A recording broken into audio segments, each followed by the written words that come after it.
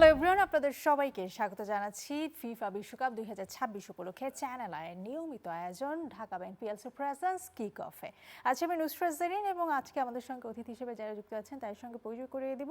তবে দর্শক, যেহেতু আজকে শেষ দিন নক আউটের, তারপরই কিন্তু শুরু হয়ে যাচ্ছে রাউন্ড অফ 16 এর খেলা।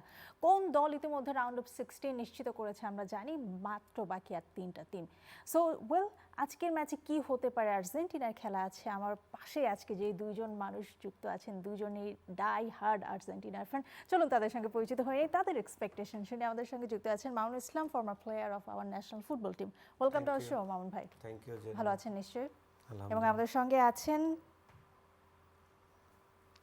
সঙ্গে আছেন Imran Haque, head of digital times today. Imran ভাই, ওয়েলকাম টু আওয়ার শো। কেমন আছেন? দুইজনই আর্জেন্টিনা। আজকে তো আমি খুব সংখ্যালঘু হয়ে গেলাম। না, আপনি তো হোস্ট, আপনি কারো সাপোর্ট করতে পারেন। এটা অবশ্য ঠিক, এই কারণে নিউট্রাল। না, আপনি কোন দল সাপোর্টার আমি জানি না। এই যে আপনার অপোনেন্ট, এটা আমি শুরু থেকেই তো বলছিলাম।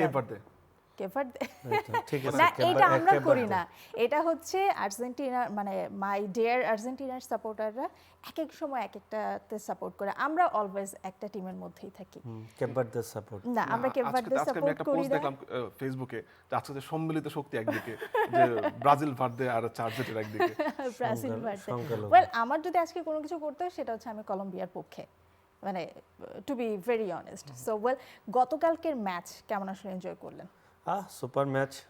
স্পেনের ম্যাচ তো এটা আলাদা। স্পেন 3-0-তে উইন করেছে এবং তাদের যে ফুটবল, তারা টিকি-টাকা ফুটবল খেলে, এটা কমপ্লিটলি আসলে তারা তাদের জায়গায় 100% আই থিঙ্ক ডান সব কিছু দিয়ে। গোলের স্কোরিংটা যেটা কম ছিল ওইটাও তারা 3-0 করে ফেলেছে। জাস্ট ইয়ামাল গোল করতে পারে নাই, বাট নর্মালি স্পেনের যতটুকু দরকার ছিল ততটুকু তারা 3 পয়েন্ট নিয়ে তাদের কনফিডেন্স লেভেল আরেকটু বেটার, কারণ তারা গ্রুপ পর্যায়ে ওইভাবে নিজেদের চ্যাম্পিয়নশিপের মতো খেলার মতো খেলা নেই। আর সেকেন্ড ম্যাচ আপনি যদি বলেন, যেটা আমরা বলি এক্সাইটেড ম্যাচ হবে, ম্যাচটা এনজয় করবে যারা সাপোর্টার। পর্তুগাল ক্রোয়েশিয়ার ম্যাচ 90+ সে গোল করে পর্তুগাল 2-1-এ এগিয়েছিল এবং লাস্টের দিকে 2-2 করে ফেলেছিল। অফসাইডটা না হলে আই থিঙ্ক খেলার 120 মিনিটে পর্যন্ত যাওয়ার সম্ভাবনা ছিল। সবকিছু মিলে আমি বলবো যে সুপার ম্যাচ।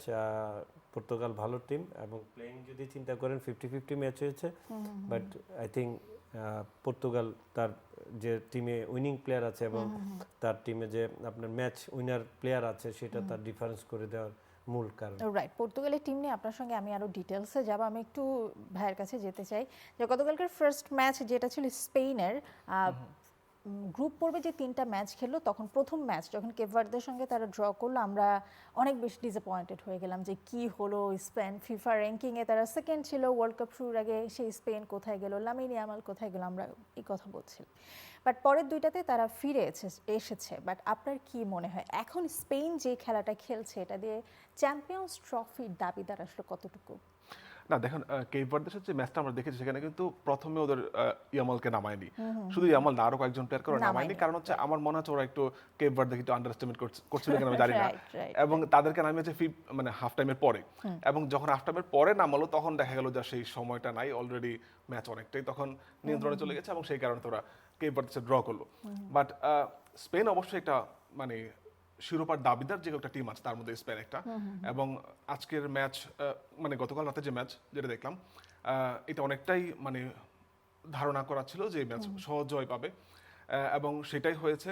এবং এই ম্যাচে কিন্তু ওই সেই ফার্স্ট রাউন্ডে যে ভুলটা করেছে, যে স্টার প্লেয়ারদের না নামানো, সেটা এই ম্যাচে করেনি এবং সেইটাই করার আসলে উচিত না। যেভাবে নেদারল্যান্ডস মানে আউট অফ দ্য টুর্নামেন্ট হয়ে গেল, Germany out of the tournament হয়ে গেল ছোট ছোট টিমের কাছে, আমার মনে হয় বাকি যত টিম আছে কাউকে আন্ডারএস্টিমেট করা উচিত না। একদমই না। এবং দেখবেন এই বিশ্বকাপে কিছু নতুন ডিআর কঙ্গো, কেপ ভার্দে, যাদের মানে এত ভালো করবে মানে এক্সপেক্ট করতে পারছিল না, এবং তারা কিন্তু এবার মানে চমক দেখিয়ে দিচ্ছে। সুতরাং এই বিশ্বকাপ আসলে সুযোগ নেই কাউকে আন্ডারএস্টিমেট করার। সেম। ওয়েল, পর্তুগালের ম্যাচটা নিয়ে একটু ডিটেলসে যদি আমরা আলোচনায় যাই, ক্রোয়েশিয়ার বিপক্ষে ছিল, মানে আমার ইমোশনের খুব বড় একটা জায়গা ছিল গতকালকে। একদিকে লুকা মডরিক, আরেকদিকে ক্রিস্টিয়ানো রোনালদো। জীবনের অনেক বড় একটা সময় আমি দুইজনকে একসঙ্গে সাদা জার্সিতে রিয়াল মাদ্রিদে প্লে করতে দেখেছি। সো প্রত্যেকটা মানুষ যারা ক্লাব ফুটবলে নিয়মিত তাদেরকে দেখেছে একই টিমের হয়ে খেলতে, প্রত্যেকের ইমোশনের একটা জায়গা ছিল এবং ফাইনালি এক বন্ধু আউট হলো, এক বন্ধু পরের রাউন্ডে গেল। বাট ওভারঅল পর্তুগালের ম্যাচটা কি গতকালকে একটু স্লো ছিল কিনা ইমরান ভাই? না না, আসলে এই ধরনের ম্যাচ আপনার ইউরোপের দুই শক্তির ম্যাচ এবং দুই লিজেন্ডের, দুই নক্ষত্রের ম্যাচ ছিল। আমরা যদি ফুটবলে চিন্তা করি তাদের তাদের 40 একজনের 40 একজনের 41, এই তাদের এই যে একটা সংখ্যা, তারা এই যে এসে ওয়ার্ল্ড কাপে 90 মিনিটস ওয়ার্ল্ড কাপ ম্যাচ খেলতেছে, আসলে এটা একটা আমি মনে করি যে আমাদের যারা ইয়ং জেনারেশন তাদের জন্য একটা আইডল হিসাবে কাজ করবে। যে একটা প্রবাদ রয়েছে, age is just a number, মানে একদম পারফেক্ট ফর দেম। আসলে আপনার এই ম্যাচটা আসলে যে ধরনের ম্যাচ হওয়ার কথা ওই ধরনেরই ম্যাচ হয়েছে। আপনি যদি মানে সবকিছু মিলে চিন্তা করেন, ক্রোয়েশিয়া 1 গোলে লিড নিয়েছে, পর্তুগাল পেনাল্টি পেয়েছে, পেনাল্টি থেকে রোনাল্ডোর স্কোর 1-1 ড্র হয়েছে, দেন সেকেন্ড 2-1 হয়েছে 90 মিনিট প্লাসে এক্সট্রা টাইমে, এবং অ্যাগেন 90 এক্সট্রা টাইমে আবার গোল রিসিভ করেছে। সব কিছু মিলে আপনার যে ধরনের খেলার দরকার, যে ধরনের মানুষ এই ম্যাচটা দেখার জন্য অপেক্ষা ছিল, উত্তেজনা ম্যাচে হয়েছে। লাস্ট পর্যন্ত আপনাকে ওয়েট করতে হচ্ছে এবং 2-1 ম্যাচ জিতে, এরপর ম্যাচ স্লো হচ্ছে নাকি ফাস্ট হচ্ছে এটা দেখার বিষয় নেই। ইস্যুটা হচ্ছে এরপর আমি যদি পর্তুগালের মিডফিল্ড নিয়ে না, আসলে পর্তুগাল টিম যদি আপনি আমি তো আপনাকে স্টার্টিং এ বলছি, পর্তুগাল আর ক্রোয়েশিয়া যদি আপনি ম্যান হেড টু হেড চিন্তা করেন, পর্তুগাল অনেক দূর এগিয়ে ক্রোয়েশিয়ার কাছ থেকে। কারণ তাদের পর্তুগালের যে টিম এখনকার একটা generation new world cup champion টিমকে পর্তুগালকে বলা হচ্ছে, জেনজিরা যারা বলে যে তারা বললো যে পর্তুগাল এবার চ্যাম্পিয়ন হবে।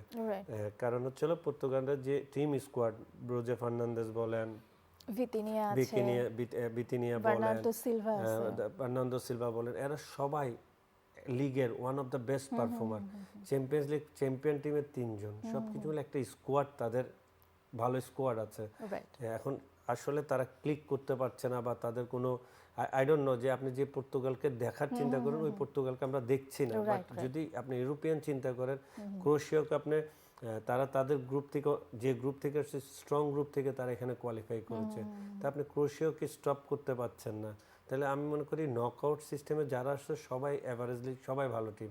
এখন এই ধরনের খেলায় আপনাকে ম্যাচ কন্ট্রোল করতে গেলে স্লো ফুটবল খেলতে হবে, ফাস্ট ফুটবল খেলতে হবে, আবার কুইক অ্যাটাকও করতে হবে। ডিপেন্ড হচ্ছিল আপনার সিচুয়েশন কোনটা চাচ্ছে, ম্যাচের ইনসাইডার ফিল্ডে কোনটা আপনাকে চাচ্ছে, এটা ডিপেন্ডের উপর আপনি স্লো বিল্ড আপ কেন করবেন, বিকজ অফ আপনি প্রেশার, যখন প্রেশার নিচ্ছেন তখন প্রেশারটা রিকভারি করার জন্য আপনি স্লো বিল্ড আপ করছেন, বল আপনার কাছে রাখছেন, বল তার কাছে এগেইনস্ট টিমে দিচ্ছেন না। দ্যাটস ওয়াই কিছু জিনিস আপনাকে পাসিং অনুযায়ী স্লো লাগবে, এবং সেটাই হয়তোবা পর্তুগাল সেটাই তারা চেষ্টা করছে।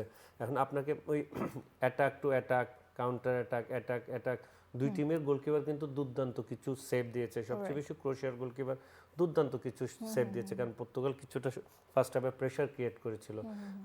আমার এখন হচ্ছে ডিপেন্ড করে আপনি ম্যাচ উইন করতে আপনার কি লাগবে, কি করতে হবে, আপনার নার্ভটা ধরে রাখা, ম্যাচটা কন্ট্রোলে নেওয়া। দেশে আপনার কাছে মনে হচ্ছে স্লো বিল্ড একটু মনে হয়েছে, বাট আমি মনে করি যে পর্তুগাল ডিজার্ভ করে এবং তার প্লেইং ভেরি ওয়েল। ডেফিনেটলি প্রত্যেকটা ম্যাচে আমরা দেখেছি। আমরা একটা ব্রেক নিয়ে এসে ইমরান ভাই আপনার কাছে ফিরবো।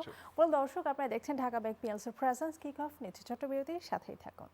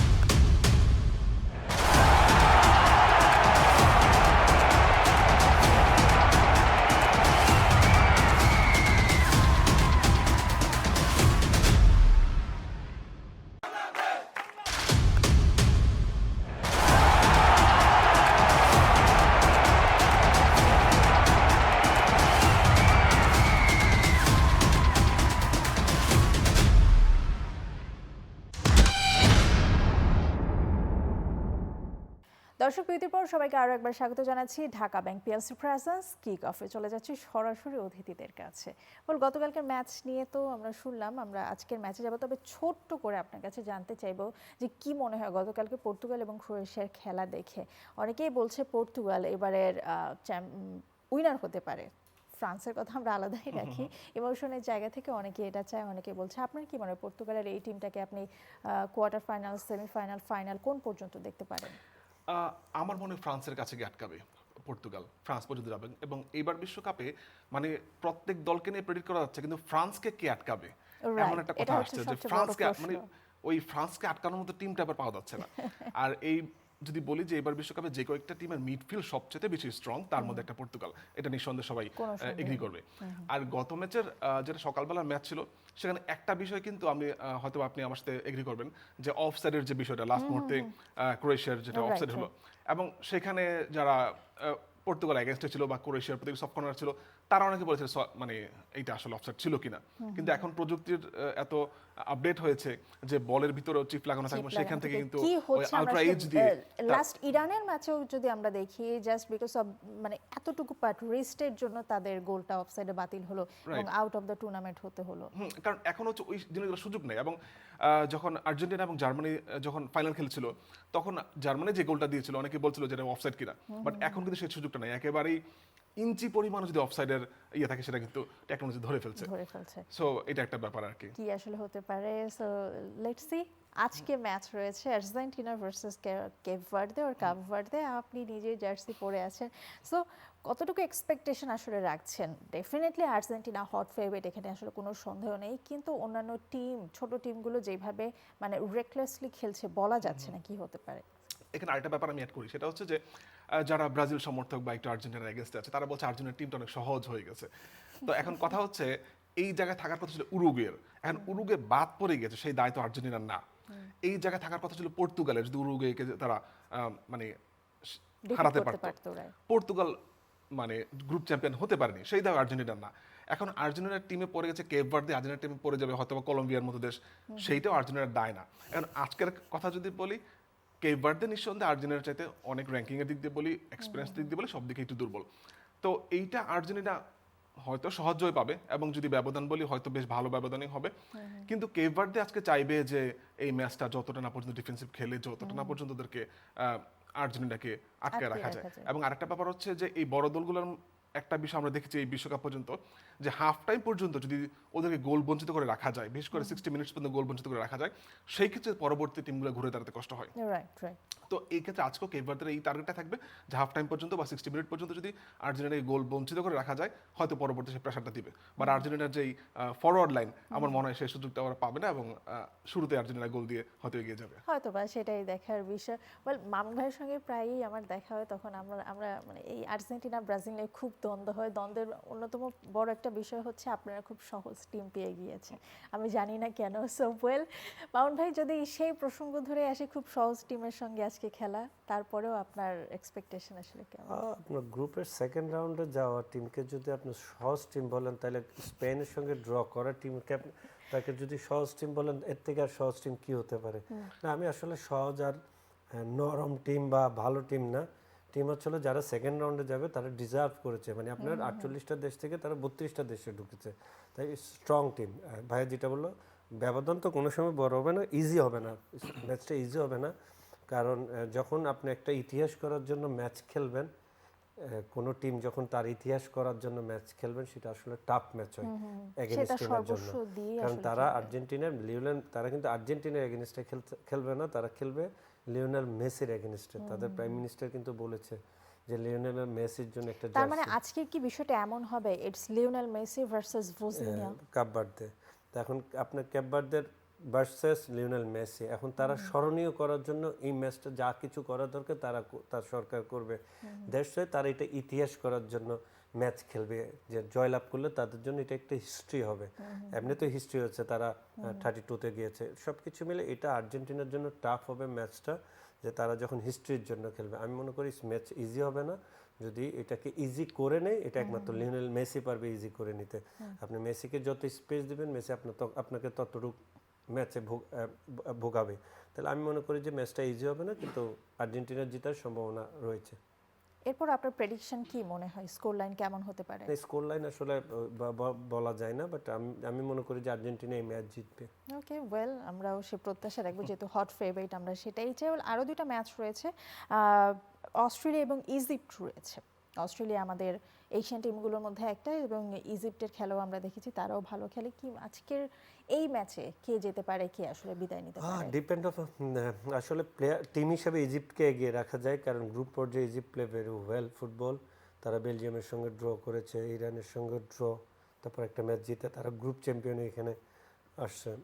আমি মনে করি যে ইজিপ্ট গুড টিম, বাট আমাদের এশিয়ার একটা টিম অস্ট্রেলিয়া, আসলে ইট ইজ 50-50 ম্যাচ। এটা একটা ইনশিওর করা যাবে না যে কোন টিম জিততে পারে, বাট এই ম্যাচটা আপনি এনজয় করতে পারবেন, কারণ টিম 50-50 ম্যাচ।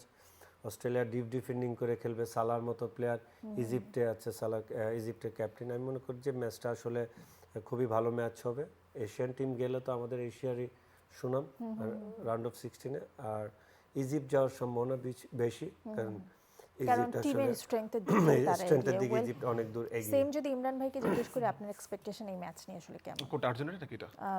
ইজিপ্টের ম্যাচ নিয়ে, ইজিপ্ট এবং নিঃসন্দেহে ইজিপ্টে গিয়ে থাকবে। মোহাম্মদ সালার মতো এখন এক্সপিরিয়েন্স প্লেয়ার আছে। আর অস্ট্রেলিয়ার যে বিষয়টা হচ্ছে, ওদের একটু প্লেয়ারগুলো একটু লম্বা হয়, স্ট্রেংথ বেশি হয়, সো ওই ফিজিক্যাল দিতে তারা একটু এগিয়ে থাকবে। কিন্তু নিঃসন্দেহে ইজিপ্ট এগিয়ে থাকবে, এক্সপিরিয়েন্স দিক দিয়ে বলি, সবকিছু দিক দিয়ে বলি, ইজিপ্ট এগিয়ে থাকবে। আর যদি একদমই প্রেডিকশন বলেন, সেক্ষেত্রে হয়তো বা 2-1 এরকম এমন একটা ব্যবধান হতে পারে। ওয়েল, তারপরে রয়েছে কলম্বিয়া এবং ঘানার খেলা। এবারের ওয়ার্ল্ড কাপে মজার বিষয় হচ্ছে, আমরা সারা জীবন ল্যাটিন ফুটবল দেখেছি, ইউরোপিয়ান ফার্স্ট ফুটবল দেখেছি, এবং ইদানিং আপনি এই কথাটা বলেছিলেন, মানে কয়েক বছর পরে হয়তো বা আফ্রিকান ফুটবলের একটা আধিপত্য আমরা দেখতে পাবো, যেটা এই ওয়ার্ল্ড কাপ থেকে হচ্ছে, এটা আপনি সবসময় বলেন। সেই ম্যাচ কলম্বিয়া ভার্সেস ঘানা কেমন মাস্ট বি আফ্রিকান আধিপত্যটা থাকার রিজন হচ্ছিল প্রত্যেকটা দেশে আফ্রিকান প্লেয়ারের বংশোদ্ভূত খেলে। আপনি প্রত্যেকটা দেশে যদি চিন্তা করে দেখেন, ফ্রান্স সবচেয়ে বড় উদাহরণ, ফ্রান্স টিম, ব্রাজিল কিন্তু জাপানে পর্যন্ত আফ্রিকান, জাপানও আফ্রিকান গোলকিপার খেলেছে। দেশে বললাম আফ্রিকানদের একটু মাথায় ঘিলু কম, বাট এজ এ মানে অন্য সাইড দিয়ে তাদের অনেক কিছু আছে। কারণ সেনেগাল বেলজিয়াম ম্যাচ দেখলে আপনি বুঝতে পারবেন যে 2 গোলে লিডে নেওয়া টিম, আপনি 3-2 গোলে ম্যাচ হারছেন। 85, 86, 89 আর এক্সট্রা টাইমে মানে আপনি 10 মিনিটে 3 গোল রিসিভ করে ম্যাচটা হেরে গেলেন। দেশে বললাম আমি মনে করি যে কলম্বিয়ান ঘানা ম্যাচটা আসলে কলম্বিয়ার যে প্লেইং স্টাইল দেখেছি লাস্ট ম্যাচ তাদের গ্রুপ পর্যায়ে, এবং ল্যাটিন টিম তারা আসলে খুবই ফাস্ট ফুটবল এবং খুবই মানে স্পিডি ফুটবল খেলে, তারা আসলে অ্যাগ্রেসিভ। এদিক দিয়ে চিন্তা যদি করি যে কলম্বিয়াকে আমি এগিয়ে রাখবো। আর যদি অন্য সাইড যদি চিন্তা করেন, ঘানা কাদের ফেস করে, কলম্বিয়া অলরেডি আপনার জার্মানকে হারিয়ে আসছে, তার এদিকে আবার যদি চিন্তা করেন ঘানা ইংল্যান্ডকে ড্র করছে এবং তারা ইংল্যান্ডকে ফেস করছে, সবকিছু মিলে আমার এই ম্যাচটাও সেম, মানে আজকের দিনের ম্যাচ, তিনোটা ম্যাচ একটা জিনিস মনে করতে হবে না, আর্জেন্টিনাকে আপনি সব দিকে এগিয়ে রাখতে পারবেন, কিন্তু আজকে তিনোটা ম্যাচ আপনি যদি ম্যাচ দেখেন, আপনি লাস্ট পর্যন্ত আপনাকে ওয়েট করতে হবে। রাইট, সেটাই। সো ইমরান ভাই, আপনার কি মনে হয় এই ম্যাচ? আমি একটা জিনিস করতে চাই, সেটা হচ্ছে ওই যে আমি বললাম যে ব্রাজিলে অনেক মানে আফ্রিকান, মানে একটা বিষয় আছে যে আর্জেন্টিনা ব্রাজিল পাশাপাশি দেশ হওয়া সত্ত্বেও যে ব্রাজিলে কেন তো কালো মানুষ, কারণ একসময় ব্রাজিলকে পর্তুগাল শাসন করতো, এবং তখন প্রায় 50 লাখ আফ্রিকান ব্রাজিলে নিয়ে এসেছিল, এবং সেই কারণে ব্রাজিলের মানে আফ্রিকান যে বংশোদ্ভূতের যে বিষয়, সেটা কিন্তু ব্রাজিলিয়ান প্লেয়ারদের মধ্যেও আছে। আর আজ কোশ্চেনটা কি ছিল? আজকে কলম্বিয়া এবং ঘানার ম্যাচ রয়েছে, সেখানে আপনার প্রেডিকশন কি? প্রেডিকশন তো নিঃসন্দেহে কলম্বিয়া এগিয়ে থাকবে, যদি সবকিছু বিচার বিবেচনা করি। ঘানা নিঃসন্দেহে ভালো টিম, আর এইবার বিশ্বকাপে বললাম না যে আসলে কোন দলকে এগিয়ে রাখবো, কোন দলকে পিছিয়ে রাখবো, এটা বলা কঠিন, কারণ অনেক ছোট ছোট দল মানে চমকে দিচ্ছে। সো ঘানাও খারাপ দল না, তারাও ফাইট দিবে, এবং ভাইয়া যেটা বললো আমি আসলে একমত, প্রথম ম্যাচে হয়তো আর্জেন্টিনাকে কিছুটা এগিয়ে রাখা যায়, বাট বাকি দুইটা ম্যাচ খুবই টাফ হবে, আনপ্রেডিক্টেবল হবে, কি হবে আমরা জানি না, কিছুটা কলম্বিয়া এগিয়ে থাকবে। রাইট, লাস্ট মিনিট পর্যন্ত দেখার বিষয়। বলে ইমরান ভাই, thank you so much for being here. Mamun ভাই, থ্যাংক ইউ সো মাচ আজকে আমাদের সঙ্গে যুক্ত হবার জন্য। শেষ করছি দর্শক আজকের মতো Dhaka bank PLC presence kick of. চলছে বিশ্বকাপ ফুটবল 2026। যে কোনো খেলা, যে কোনো আপডেট জানতে চোখ রাখুন চ্যানেল আই ডিজিটাল প্ল্যাটফর্ম আইস্ক্রিনের পর্দায়।